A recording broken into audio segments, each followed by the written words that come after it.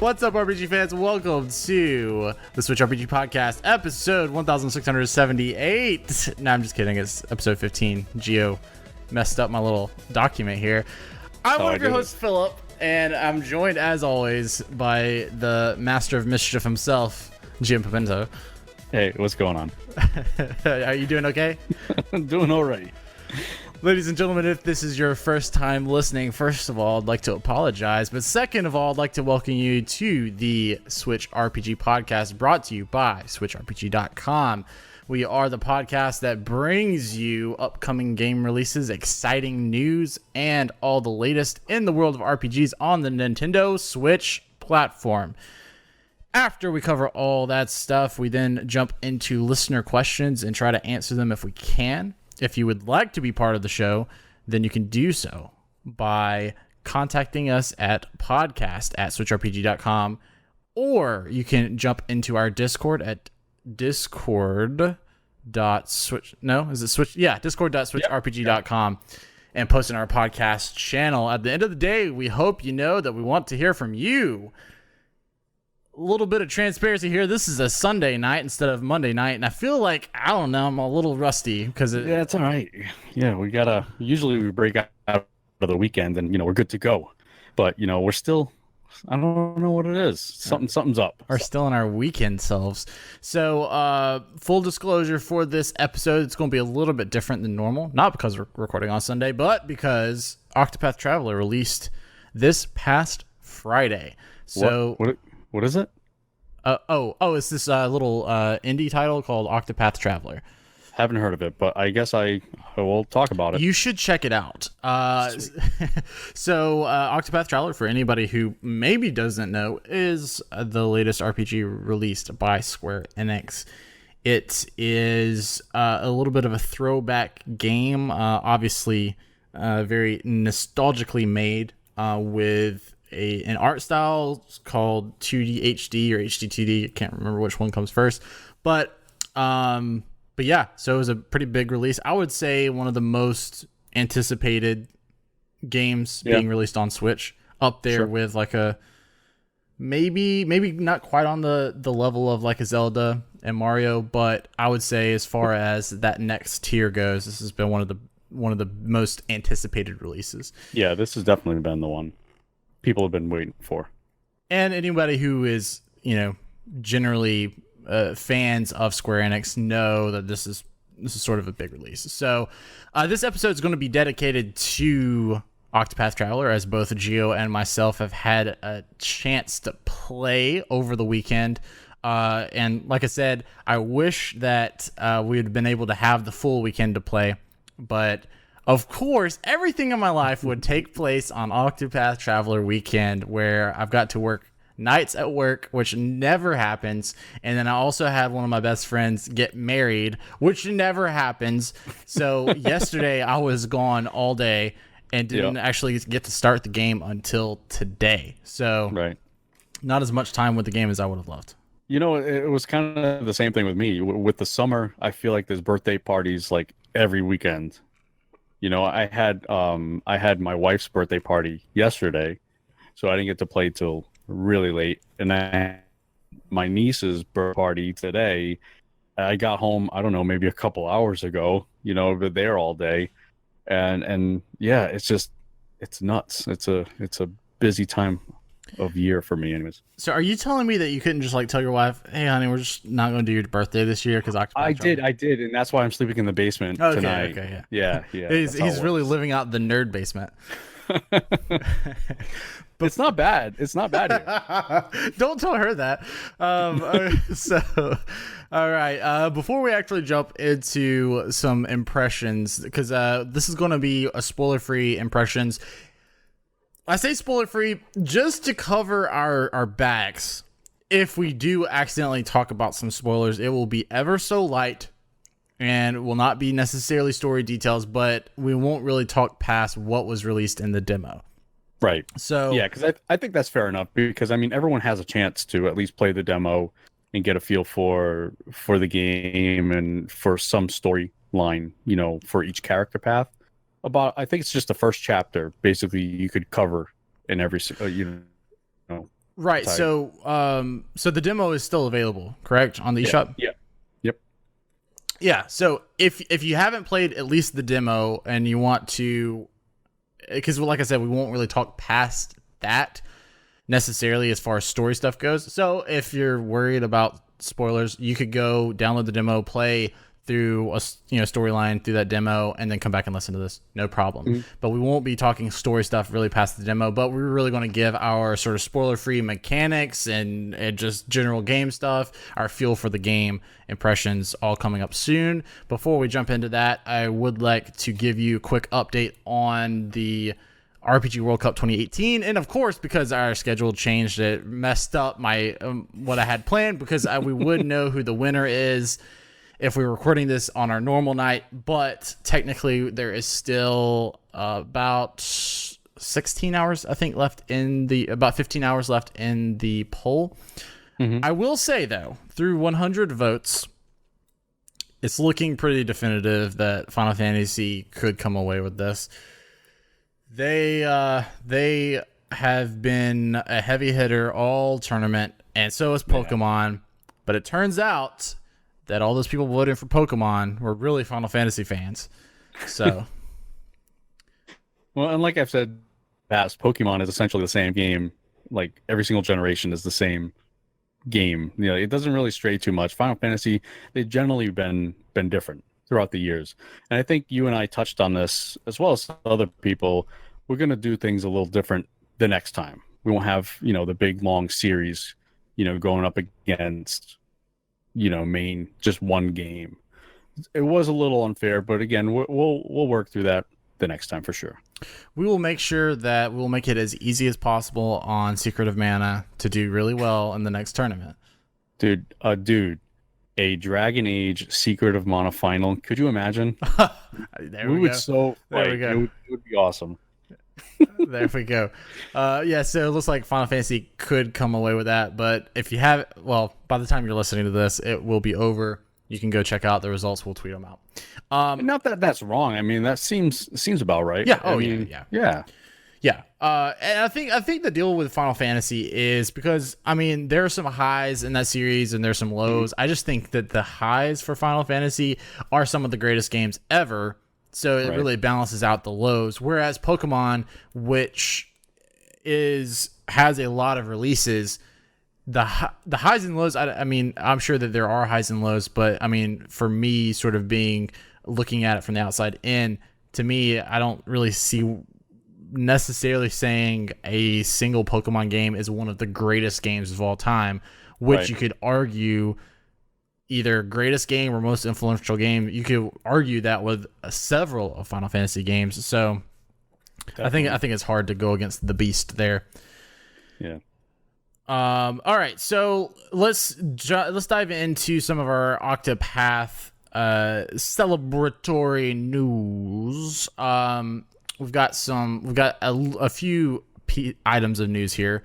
Let's see. First off, from GoNintendo.com, we've got that the developers' notes to the fans, and it's a nice little note here to everyone. We got one from the composer, one from the director and the producer, and it was I guess released on the release date, right, the 13th. So, right. Yeah. Was there anything standing out to you from this? They don't have to do this. That alone kind of just stands out. I mean, they're so happy about the reception that this game is getting that they felt the need to do this, and that might be a Japanese thing. I think they're so respectful about their fans and their following that they did this. Let's see here. Octopath Traveler. This is the director here. Octopath Traveler is an RPG centered around the idea of a journey to make sure that all players could enjoy their own journey We focused on 3 points in particular, and he kind of goes on with the visuals, the HD 2D he wanted. Second was the interactivity between the characters. That was important to them. And the last point they paid special attention to was freedom. So you could essentially play your starting character is that what it says, through the whole game? Who are you talking about? The last point we added special attention to was freedom from the starting character to the course you chart across the realm. Your choices are in your hands. We encourage you to spin a tale of adventure all your own. Mm-hmm. So they paid a lot of attention to a lot of different things. And like I said, just the fact that they did this is kind of cool.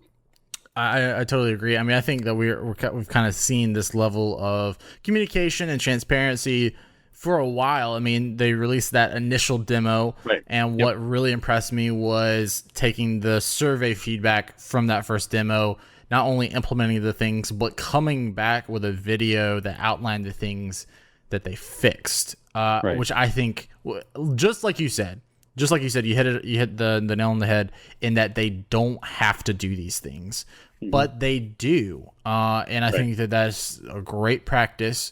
And you don't see that from every developer. You said that it might be a Japanese thing, but we don't necessarily see this all the time from Japanese developers anyway. No, especially right, from other teams from Square.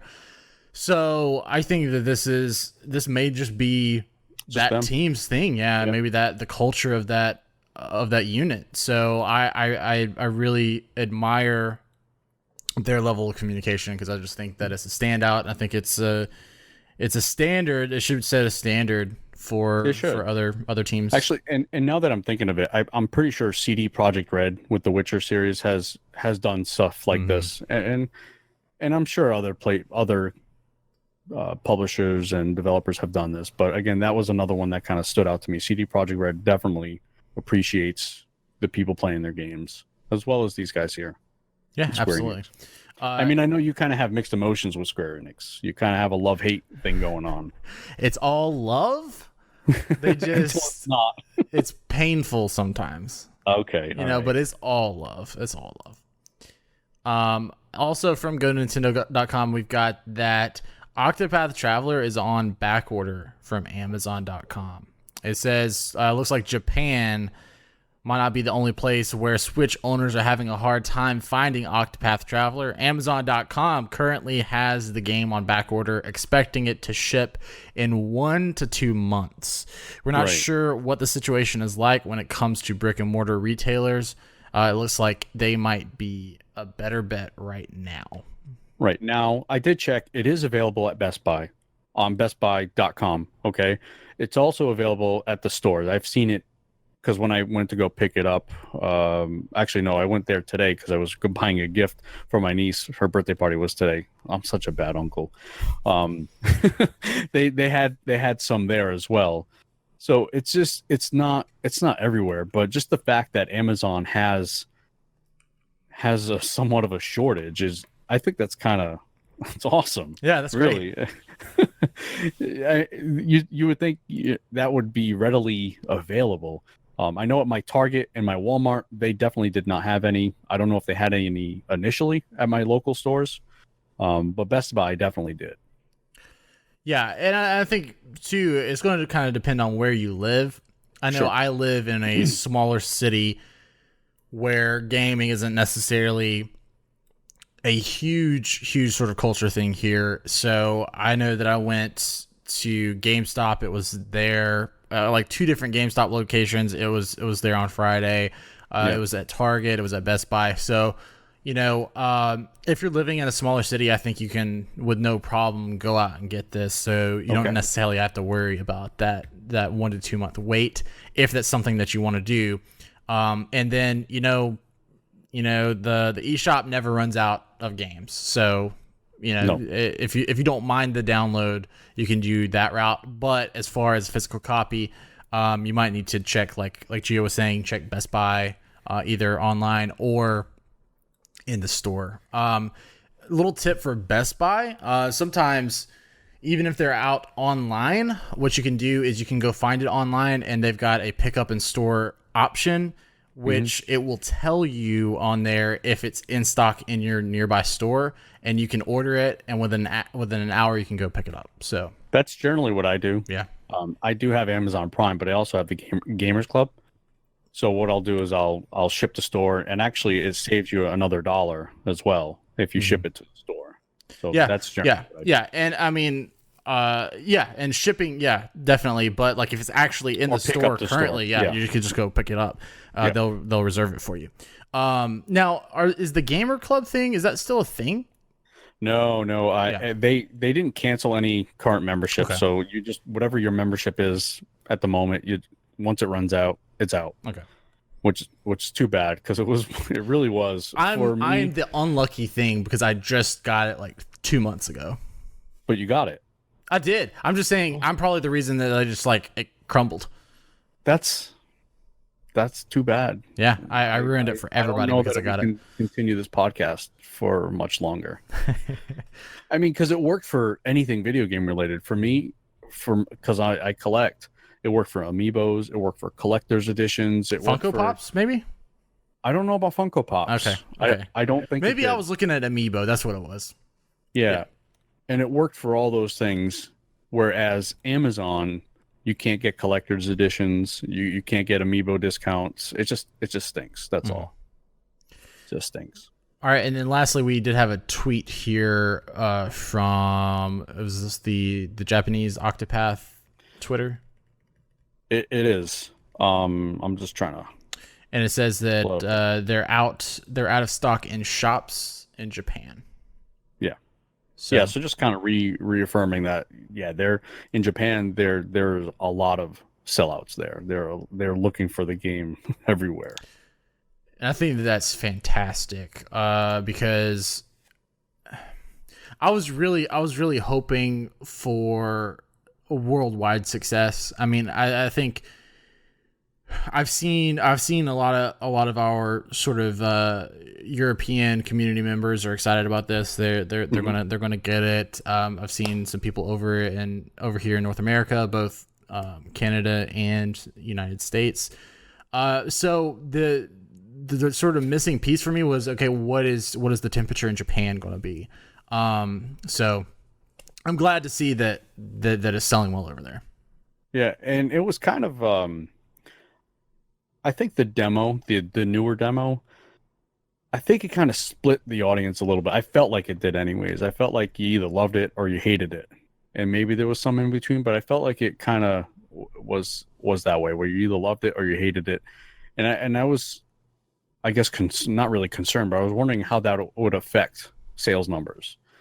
And it looks like it didn't affect it much at all, in my opinion. Yeah, I will be very curious to actually see some hard and fast numbers, because there's no telling. I mean, did they just not ship enough? Was there like did they purposely not ship a lot so that it would sell out? So I would I'm curious about some actual factual numbers, but my fingers are crossed. I'm hoping it does well, because to me, what I'm actually more worried about is the proof of concept here, because look, I am a huge proponent of voting with your wallet, and like, if you don't believe in something, a project or something, then don't buy it, because then that's how you can tell the developer that we don't want this in the future. But in this case, even if I don't absolutely adore Octopath, and I'm hoping this for other people too, I want Square to take another crack at this style. And now we've got a lot of people clamoring for a Final Fantasy VI remake in the style. I would be right there too, but I am all for just another original title in this style. Maybe not something that where the gameplay is the eight travelers, the 8 characters, something a little bit more traditional. I mean, look, if this does really well, I think we'll definitely see an Octopath Traveler 2.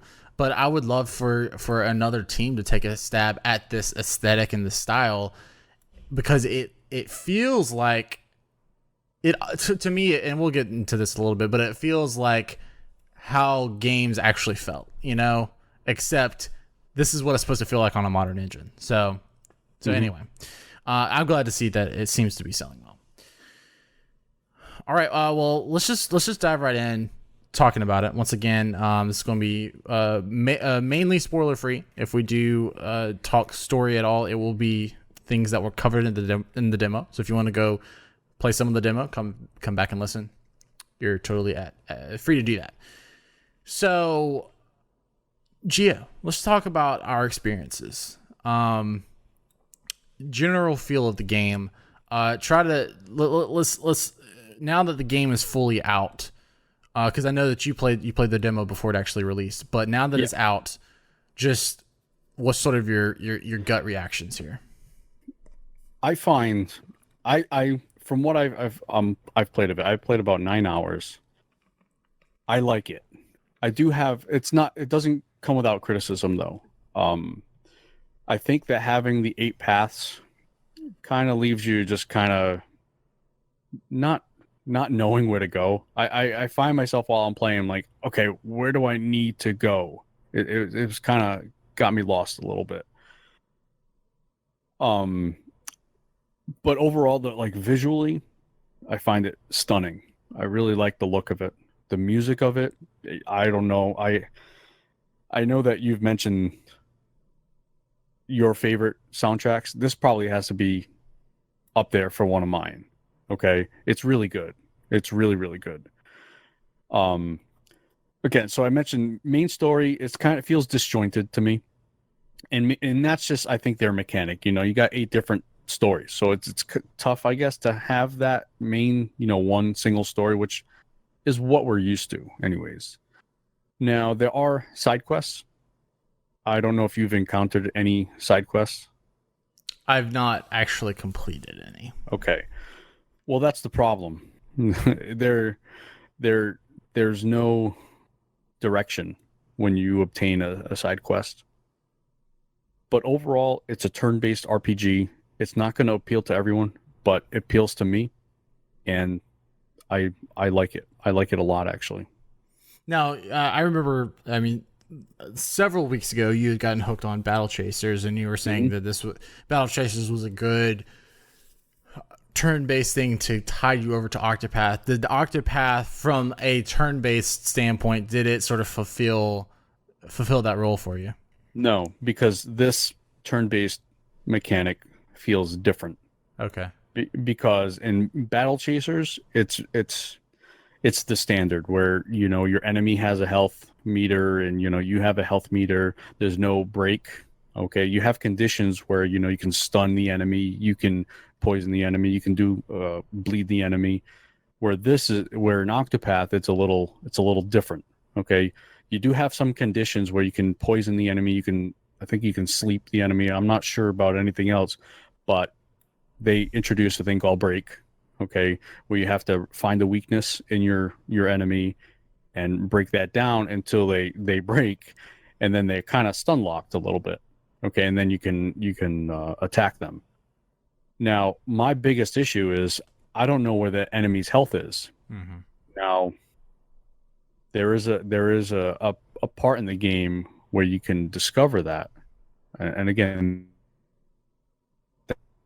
it's covered that with one of the paths where you can see the enemy HP, but that's only when you get this one certain member in your party. So for me, not be seeing the enemy health bar, it changes a lot of the strategy for me in a negative way, because I need to kind of see and plan ahead a little bit when knowing how many, I guess, I forget what those are called, the surges or bursts. Is that what it's called? Yeah.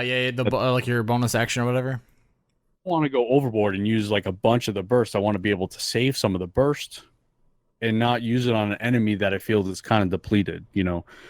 I'm not sure if you noticed it, but when you hover over an enemy, it'll have the name of the enemy, and that actually changes color. It changes from white when it's pretty much at full health, then it goes to yellow when it's, I guess, half, or I'm not sure.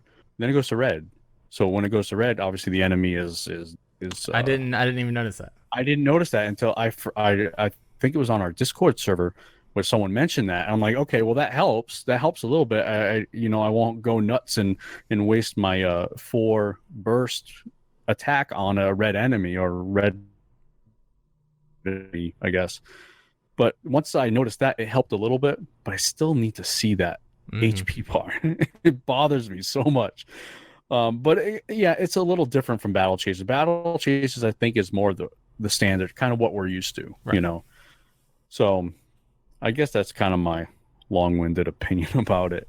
Okay, cool. On the surface. Yeah. So so my general feel so far is like I'm liking it. You got to understand, like, coming into this, I was so hyped for this game. So excited for this game. And so when that happens, like, I have to sort of like remove myself for a while and then go into it so that, I don't, my pre-hype doesn't necessarily taint my actual experience. And I think that I've done a pretty good job, because like right now I'm enjoying it. I'm liking it. Yeah. I'm not necessarily head over heels in love with it, but then I'm not hating it either. So I think this is really solid. I will say, because this is so obviously nostalgic, I think that there are going to be some comparisons to I Am Setsuna and Lost Sphere, not necessarily in the style, but in the fact that there are some obvious connections to past games, obvious inspirations from past games. And in my opinion, I feel like this does a little bit better job, number one, fulfilling those inspirations and like playing out those inspirations, but then number two, also sort of having its own voice. Like playing this game, it feels really solid. It doesn't just feel like, oh, it's trying to be Final Fantasy VI. It feels enough like its own thing. But I will say, like, playing it, getting in there and playing it, you mentioned the music, and yeah, I haven't even heard all of because I haven't done all of the paths. I haven't heard everyone's sort of theme, and then haven't, sort of gone down their paths a little bit to hear some of more of their music. But the music that I have heard from the moment that you hit the main menu screen to the initial characters, I'm playing Ophelia, and then I played a little bit of Hanit. Yep. Hanit. But I've played more of Ophelia, and oh my goodness. Because that is one area where Setsuna and Lost Sphere really fell short. I mean, it's well documented. Like, Setsuna just had a piano, which, being a pianist for 25 years, I don't hate, but I do admit that, like, it loses that feel of epic and that feel of scale when it's just a single instrument. Lost Sphere did a little bit to correct that, but it was still just a few instruments and never felt grandiose. Whereas already in this one, I'm getting that sliding scale of sort of down tender moments with a piano, but then also just adventurous, exciting. The battle music is pumping. It's fast. It's good. It feels like a classic RPG. I'm not even going to say that it feels like Final Fantasy, and I think that's a fantastic thing. Well, I mean, they did that to themselves, really, when they said, this not. I remember exactly what they said, but essentially saying that this is like the spiritual successor to Final Fantasy VI, and they shouldn't have done that. Okay. But it is what it is at this point. So. No, but yes, I'm totally with you. I think that's sort of like the worst thing that you can do, because I did write a little bit. I wrote a piece called "Romancing Octopath," which was sort of celebrating Octopath's inspirations and sort of the past games from Square that would be feeding into this. And I touched on the fact that I believe it was the producer who did proclaim that this was a spiritual successor to 6. And I feel like the reason you do that is because 6 is a beloved game. So why not connect this game to a beloved game? And so then people will love this one too. However, I think that the opposite is actually kind of happened. If you connect this, just in that, like, it's a very dangerous move to connect this to one of the most beloved games of all time, because if it isn't one of the greatest games of all time, then people are going to be like, well, this was a terrible spiritual successor to 6, and they're going to judge it differently. If you had just come in and said, look, this is sort of a new thing, we've taken some mechanics from past Square games, and this is our twist on the tale. Yeah, that would have been much better, then with who was it, Peter Molyneux with Fable. I don't know if you remember him. He did Black and White. He was kind of like their PR guy. Okay. And he like really overpromised with Fable 2. It was supposed to have co-op and everything, and online co-op. And when you would play online, the person you were playing co-op with was just like a sphere, just a ball. It wasn't an actual player. It was the most useless thing anyways. But anyways, that guy way overpromised. And I kind of feel bad for him, but I'm glad that this wasn't the case with this game.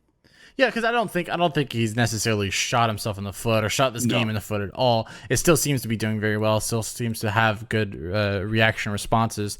The reviews are really good. I'm just saying, like, and what I talk about in my article is, like, I think the reason he doesn't come out and say that this is a spiritual successor to Romancing Saga, which I believe that it is, and I give some reasons, some sort of lighthearted, fun connections to the Romancing Saga, the original Romancing Saga game.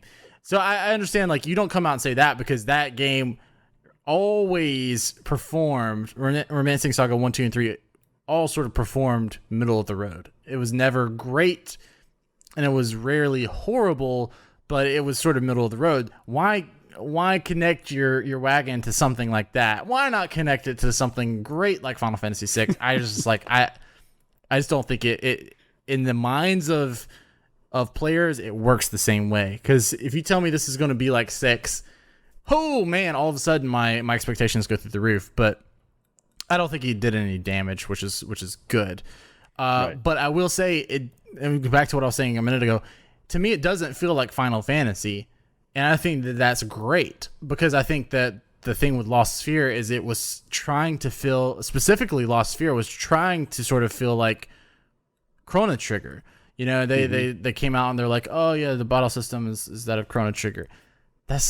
Stop making connections to these landmark Hall of Fame games. Yeah, don't do it. Just say you're taking influences from it, or you know, some aspects of it, but yeah, don't say this is the successor to it. That's just no. Yeah, because like I think the past week before Octopath release, I've actually been going back and dabbling in a couple of other of Square's titles. I actually did play a little bit of Secret of Mana. No, you didn't. I did indeed. Played a little bit of Secret of Mana, played a good bit of Romancing Saga, and popped in Chrono Trigger. So all of these things, and the thing is, like, those games, all the games that I listed aren't Final Fantasy games, and they don't really feel like Final Fantasy games. They feel like Square games, but they don't feel like Final Fantasy games. That's honestly what I'm feeling from Octopath. Doesn't necessarily feel like Final Fantasy, but it feels like a Square game. And so that's like one of the best compliments that I can give it right now, is that it doesn't feel Final Fantasy, but it does feel vintagely and uniquely Square. And I think that's fantastic.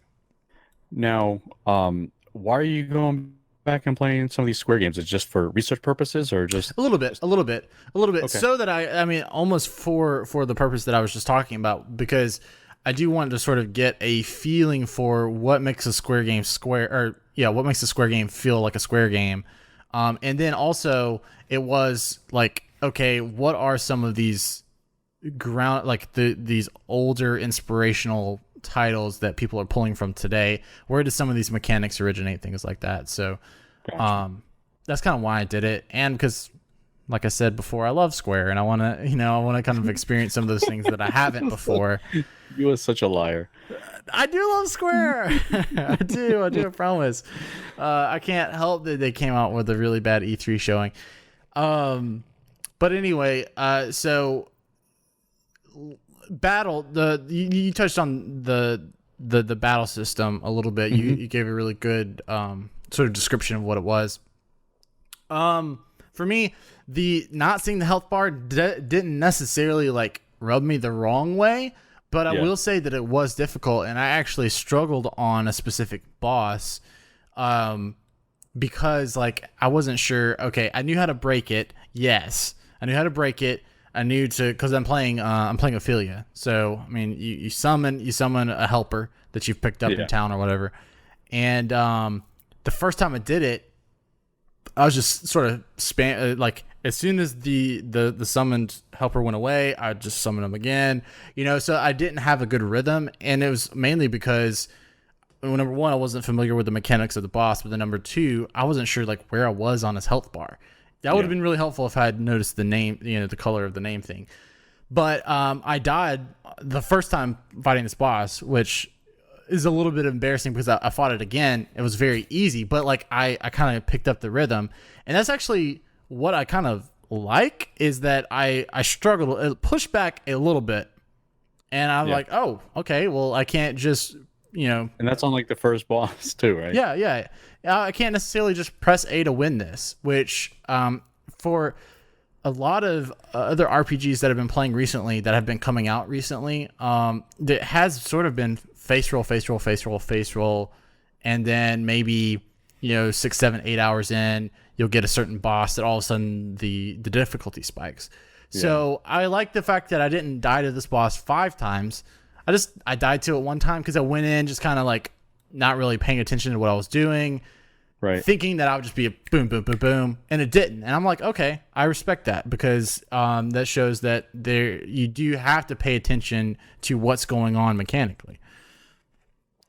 So in general though, how do you feel about the break mechanic? Because you mentioned it earlier. What do you like that break mechanic? Personally, no, I don't.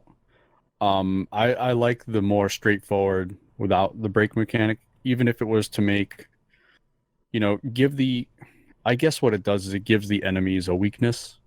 Obviously, that's essentially what it does. But I don't mind the weakness if it wasn't for the stun lock. Do you know what I mean? If the weakness, say for example, if the weakness was a long sword, right? I would prefer that the longsword just does a critical hit or just higher damage, rather than breaking them to the point where they're stunned for a turn. That's just for a turn. I almost feel like that's a little overpowered, like an overpowered where you could knock them around for a round or maybe 2. I would just prefer that their weakness does additional damage. I'm not that I hate it. It's just, it is what it is, and I'm fine, and I'm playing with that. I just wish it was a little bit different. Action way.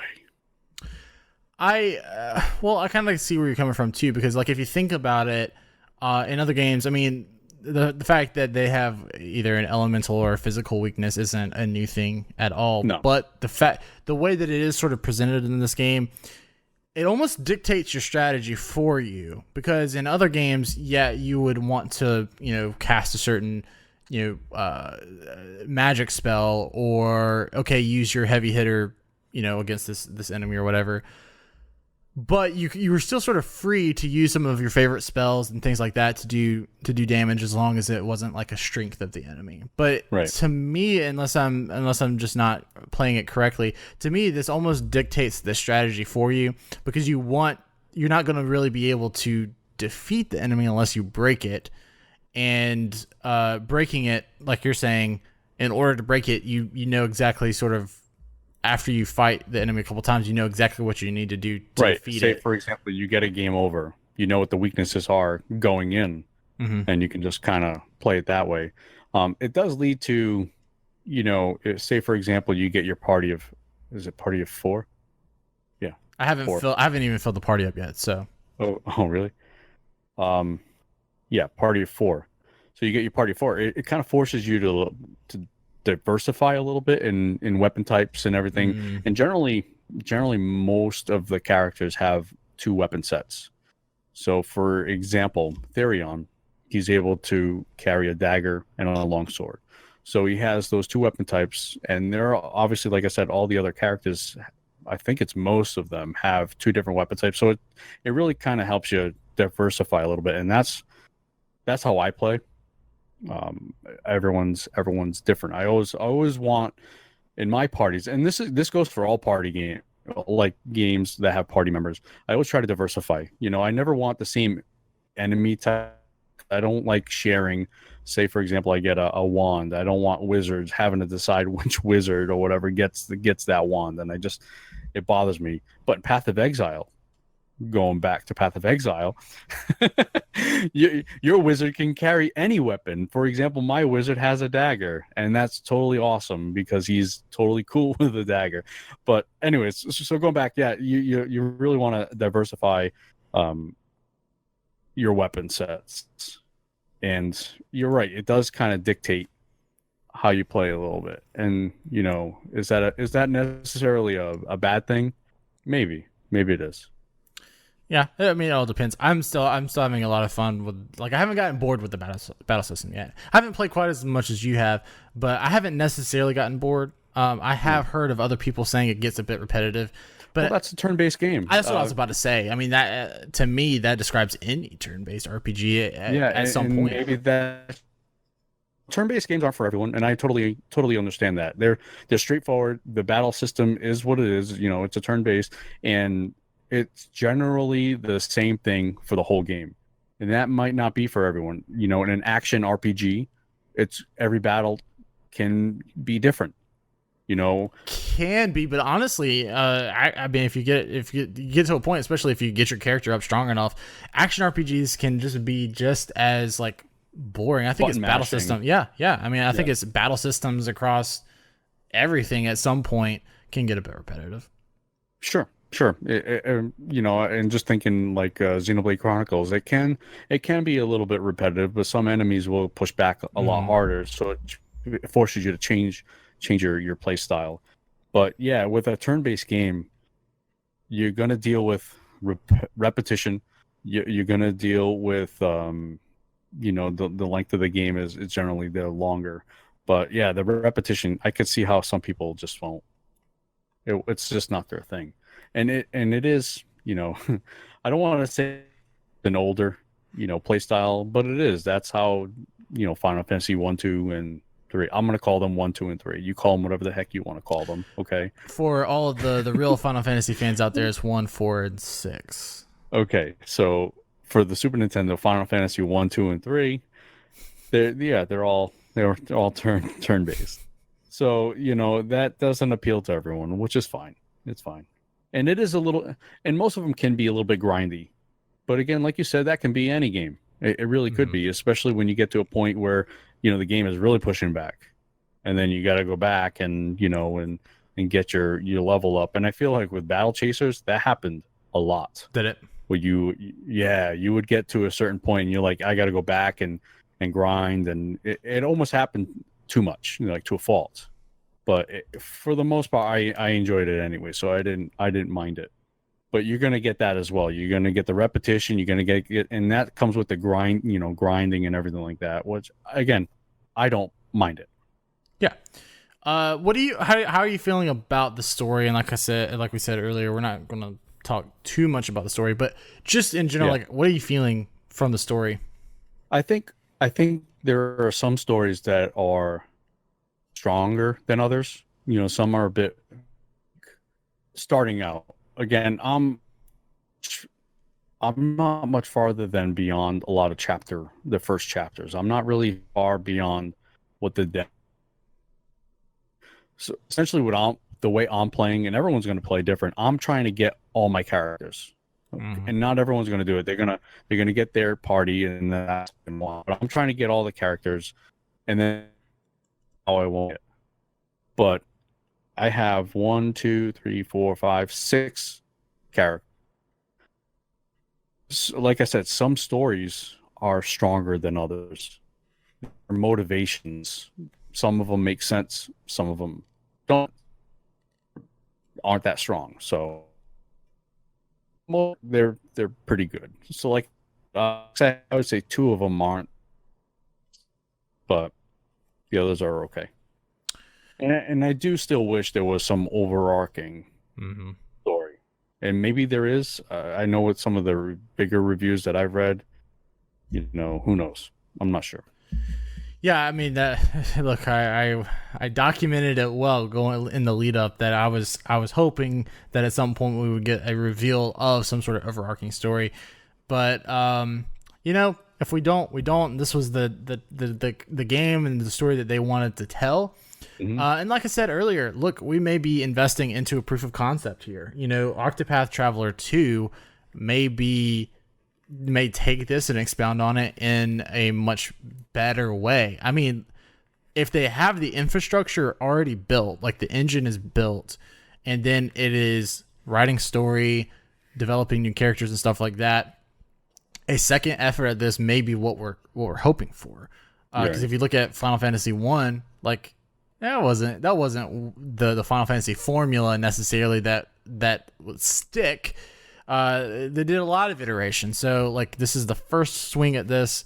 For me, even if it's not an overarching story, I will be a little bit disappointed, but as long as the stories as I continue on, as long as the stories are as well written as they sort of have been in the beginning, I'm going to be okay, because like especially Ophelia getting into it, it feels heavy and it feels grounded, which is, look, all I'm asking for is that it pulls me in and it makes me believe that, hey, when it's being sad, it's meant to be sad and things like that. Right. So I think Ophelia's story is probably one of the better ones so far.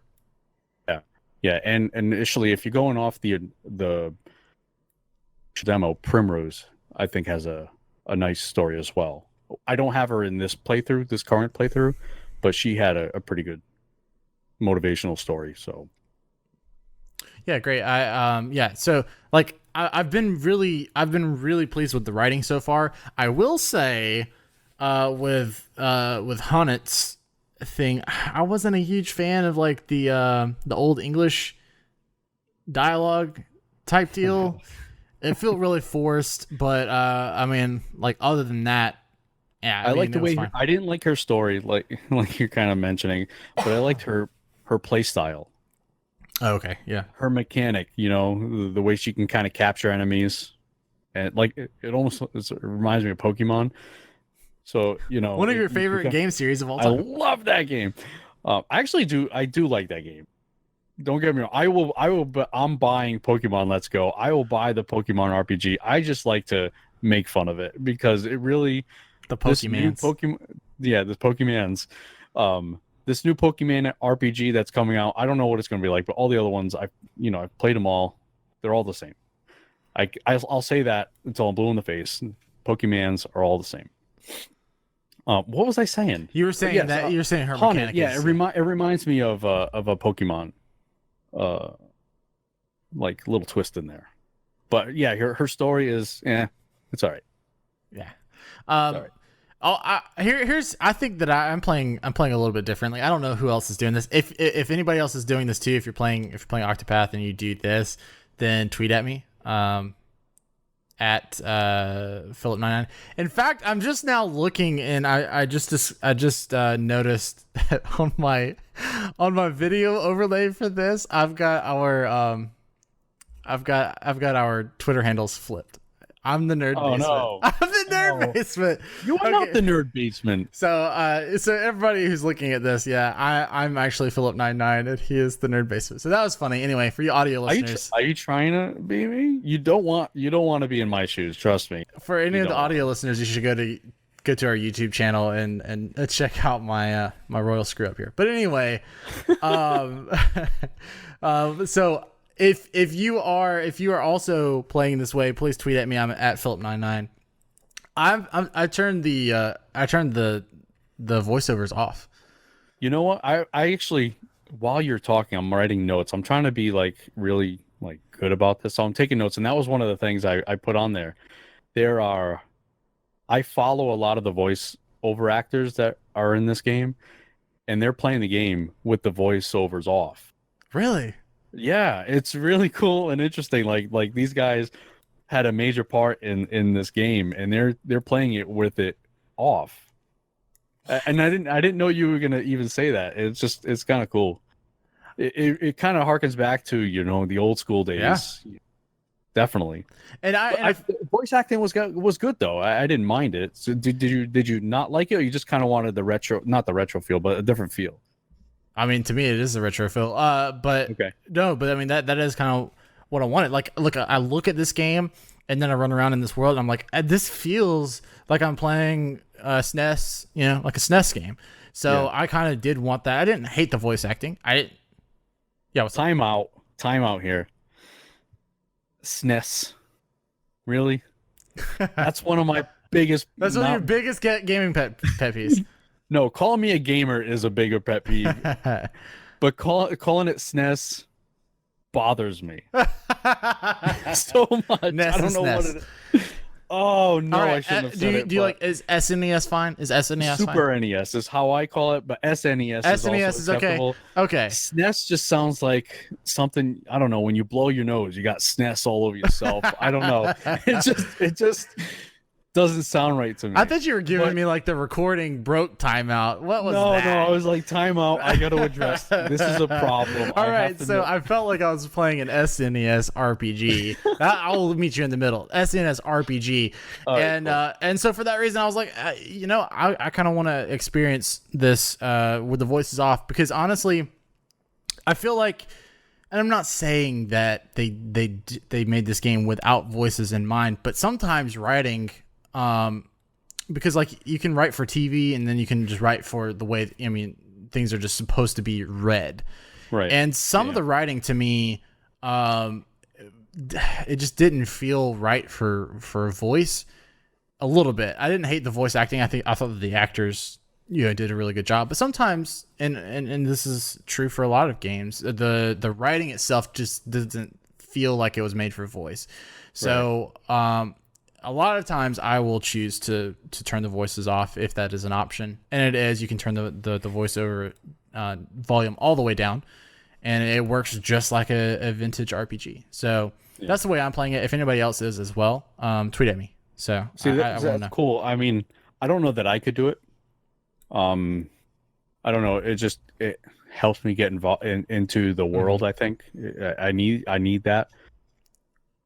It just. I don't know. I feel like I need that kind of vocal stimulation, I guess you could call it. But yeah, that's awesome. I wonder if they're playing with without voices so that they can be the voices Can you see themselves. that? I said voiceover turn off. I don't know if you can see that. Yeah, I see that. There. Look at this guy doing his little homework. That's great. I got homework, dude. I got homework. I came prepared today. Today. I wonder though if since they're voice actors, if they're just like playing it, reading it out loud, doing their own voices, because they're so super talented. A bunch of jerks. Makes me angry. All right. So there. Yeah. So that's our sort of general impressions. Did anything else to add to impressions? No. I think we did a pretty good job hitting on all different aspects. Like I said, we mentioned the music. I think the music is probably one of the. That's got to be number super one. Standout. Number one there. The visually it's different, which is cool. That also stands out. There are some minuses that we had mentioned, but overall, I think out in the real world, it's getting reviewed at around an 8 out of 10. That sort of thing.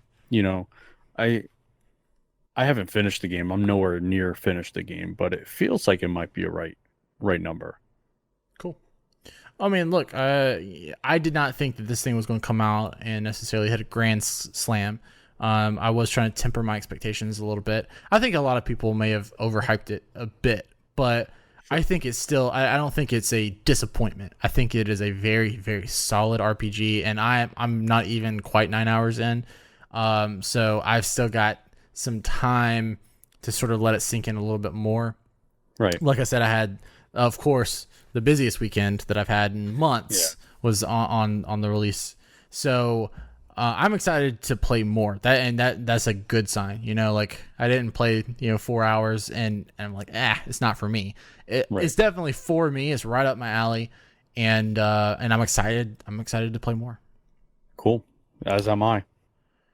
All right, so let's talk to the listeners a little bit. We got some questions here. Sure. First up, what's your favorite team setup in Octopath? That's going to be more of a you question because I haven't even unlocked enough for a full team yet. So Okay. Well, I'm on my 6th character. And as it is right now, I have Therion, the thief, Honnet, the hunter, Ophelia, what is I'm not sure. I don't Ophelia is a cleric, cleric. Okay. so mainly like the healer and light All magic. right. Cyrus, the scholar, Mm-hmm. Alphen, the apothecary, Mm-hmm. and Tressa, the merchant. Okay, so those are the characters I'm kind of working on right now. My current preferred team out of the 6, okay, it was only 4 out of 6, is Therion, the thief, Honnet, the hunter, Ophelia, and Cyrus. Cyrus is probably one of my favorite characters.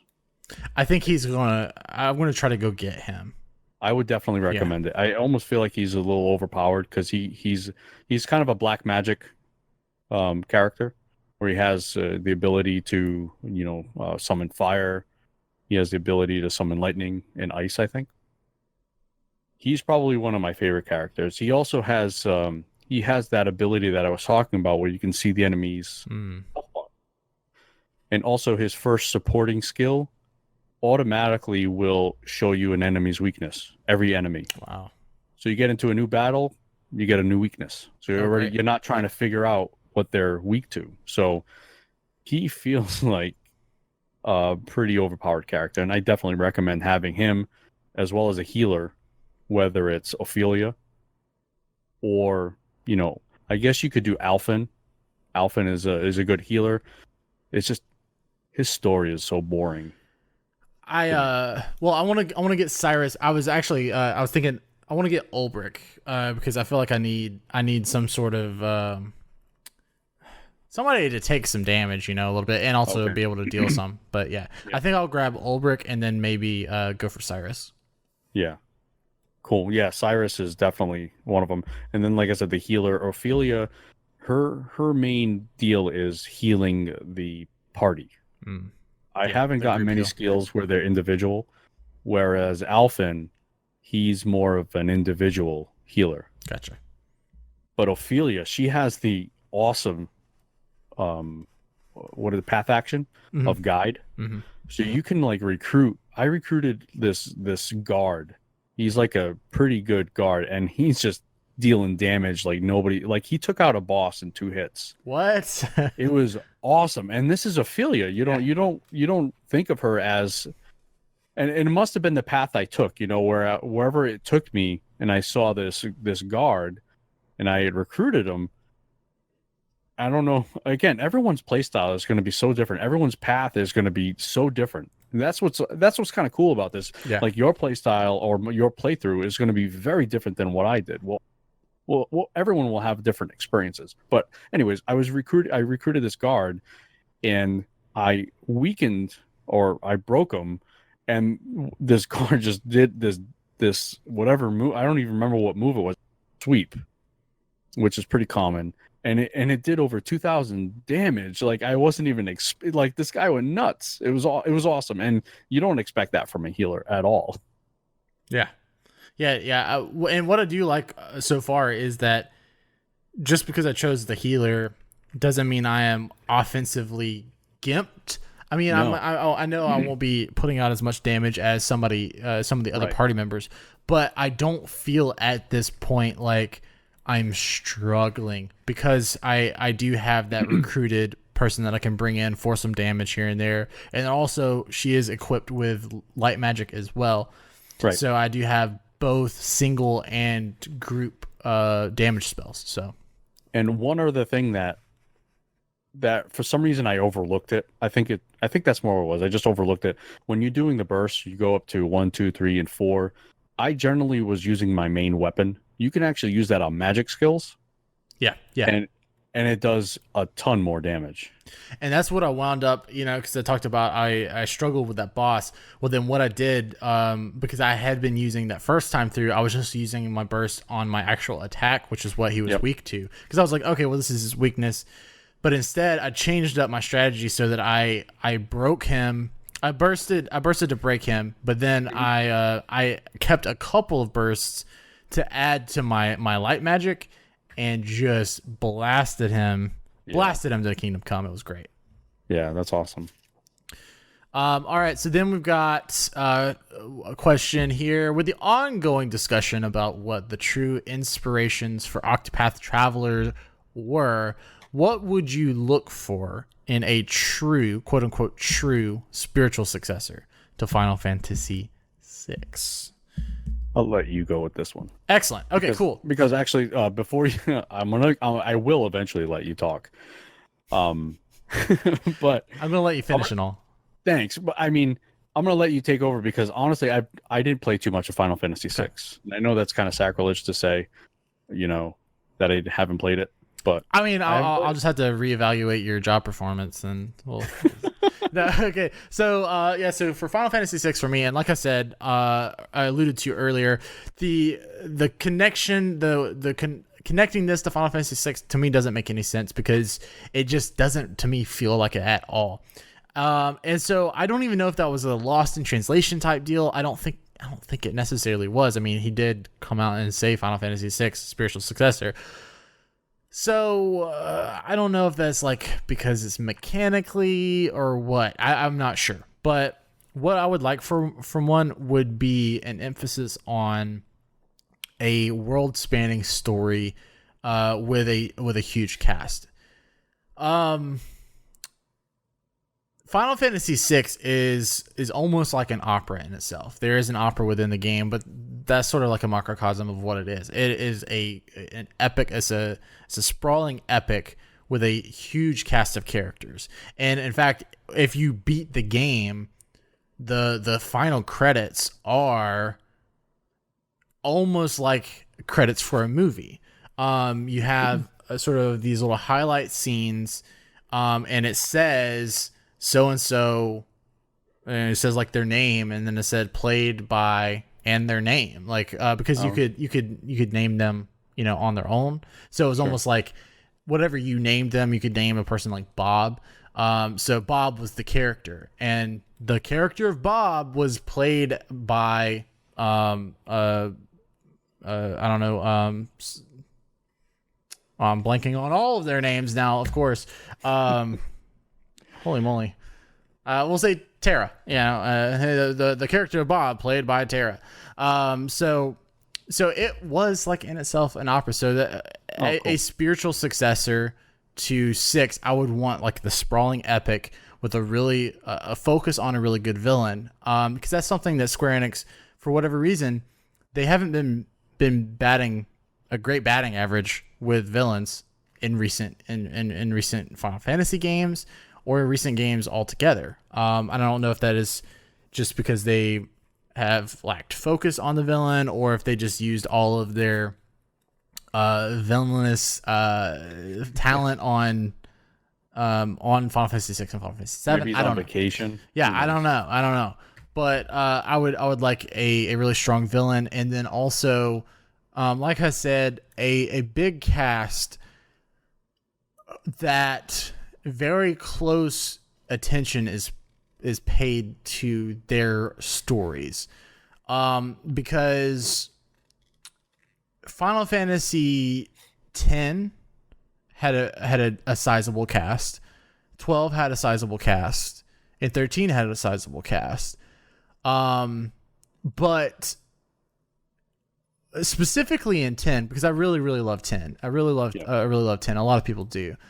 But honestly, outside of a few scenes of lore and a couple of things in dialogue that you're picking up, you don't necessarily get the other characters' backstories. It's mainly Titus and Yuna and a little bit of Auron.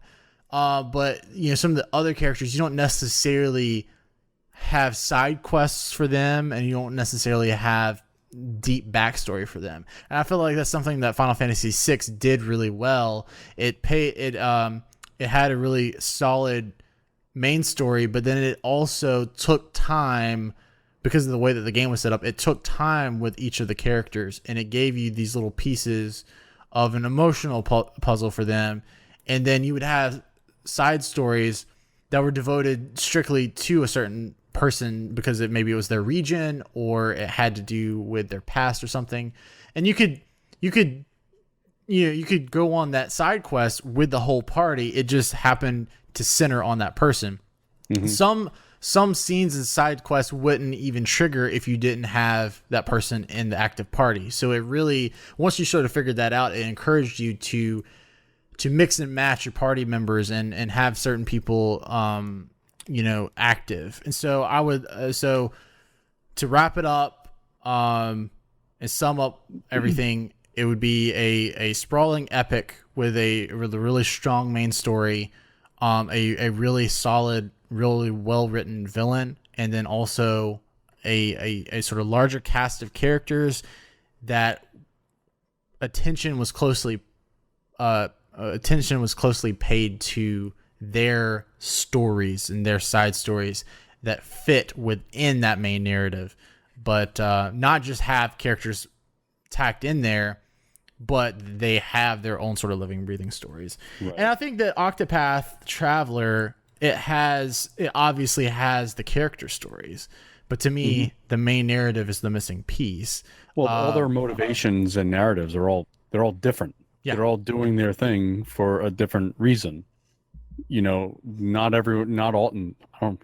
I don't think any of the ones that I had there, maybe one of them, there are no villains or anything like that. All their motivations are very, very different. Yeah. So I think that Octopath Traveler does one thing very, very, very well. But as far as a spiritual successor to 6, I would like that to just be one piece of the puzzle. Sure. So yeah, there we go. Very cool. Yeah, I love Final Fantasy 6. If you can't tell. Did we have any more questions, or were those the two main ones this week? Well, we had a response. If I can pull it up here, to I believe it was just our demo. Thing where we had said for JRPGs, it's kind of tough to have a demo for a 50 to 60 hour game. A 3-hour demo for a 50, you can't really get everything in that. And Adam here from on our Discord server said, catching up on last week's podcast, what JRPG had a good demo? It was Bravely Default and Bravely Second. They had a standalone prologue demo, before the story with jobs, abilities unlocked, gave you a great idea of what the game was like without making you play the whole beginning, which often doesn't sell on a JRPG, but it did in this case. I never played the demo for those games. I actually just played the games. The game. I only played Bravely Default. And that was such a massive game. And, he said it worked. I'll have to believe him. But I don't see how a demo for that really could work. Just because the game, and maybe just because the core mechanics are pretty straightforward. Maybe that's why it worked. I'm not sure. But I mean, it's such a massive game. I don't know how you could do it. I don't believe you, Adam. I don't believe you.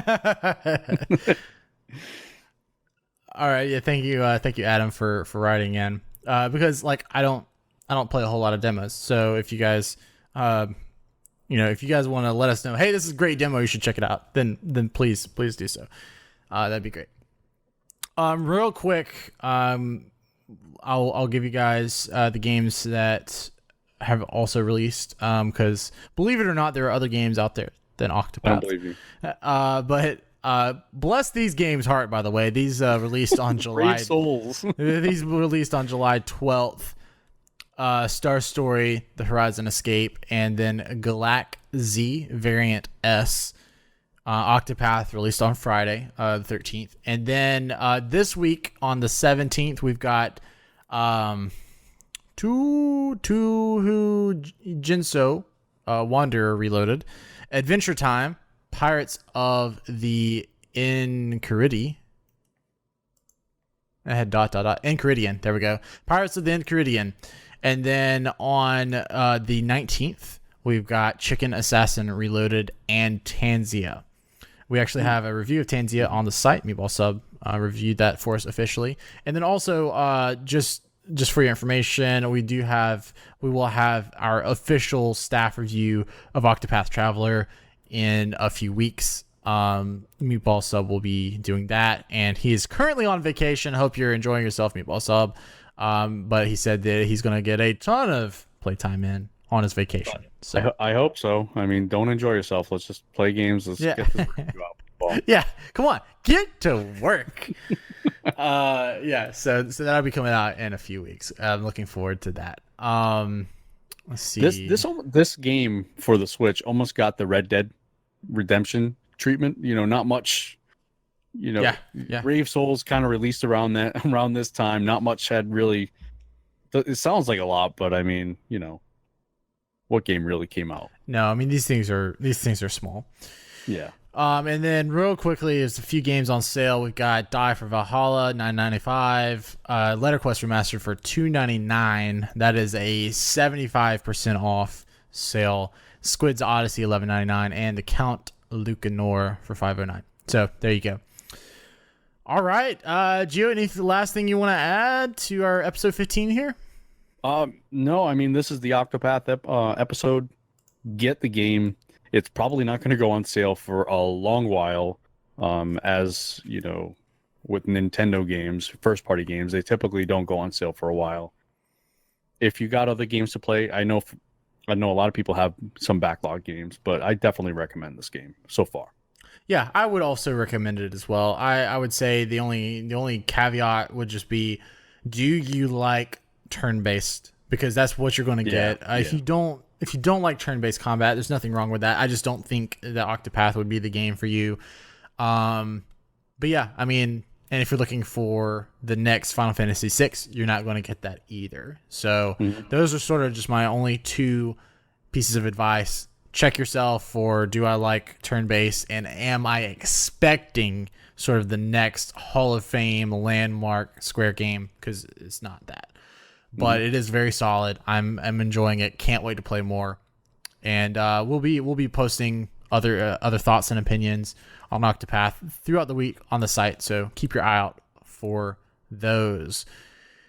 Well, thank you so much for listening up to this point, and Gio, thank you for all of your expertise. For listening as well. And for listening, yeah, I always appreciate that. That's going to wrap up episode 15 of the Switch RPG Podcast.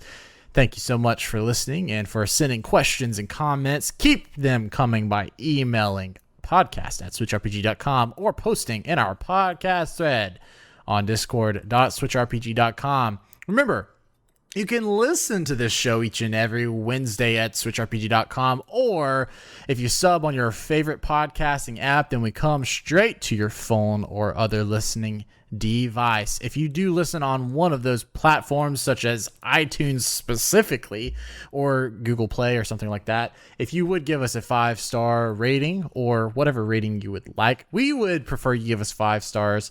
Because honestly, guys, if you have some feedback for the podcast, some constructive criticism, emailing us would be the best way to get that across to us. You'll have a chance to explain what you have a problem with, and we'll be able to sort of take that into account and then hopefully change it for the better.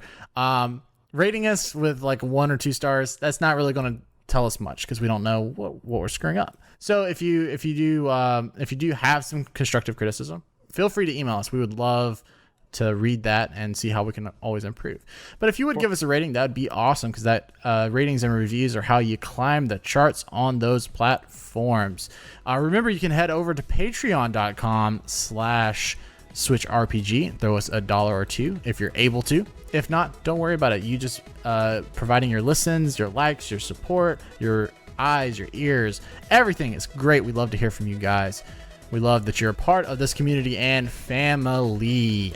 Finally, remember, you can head over to switchrpg.com for all of your RPG needs on the Nintendo Switch platform. Until next episode, go enjoy that Octopath Traveler. Go do it.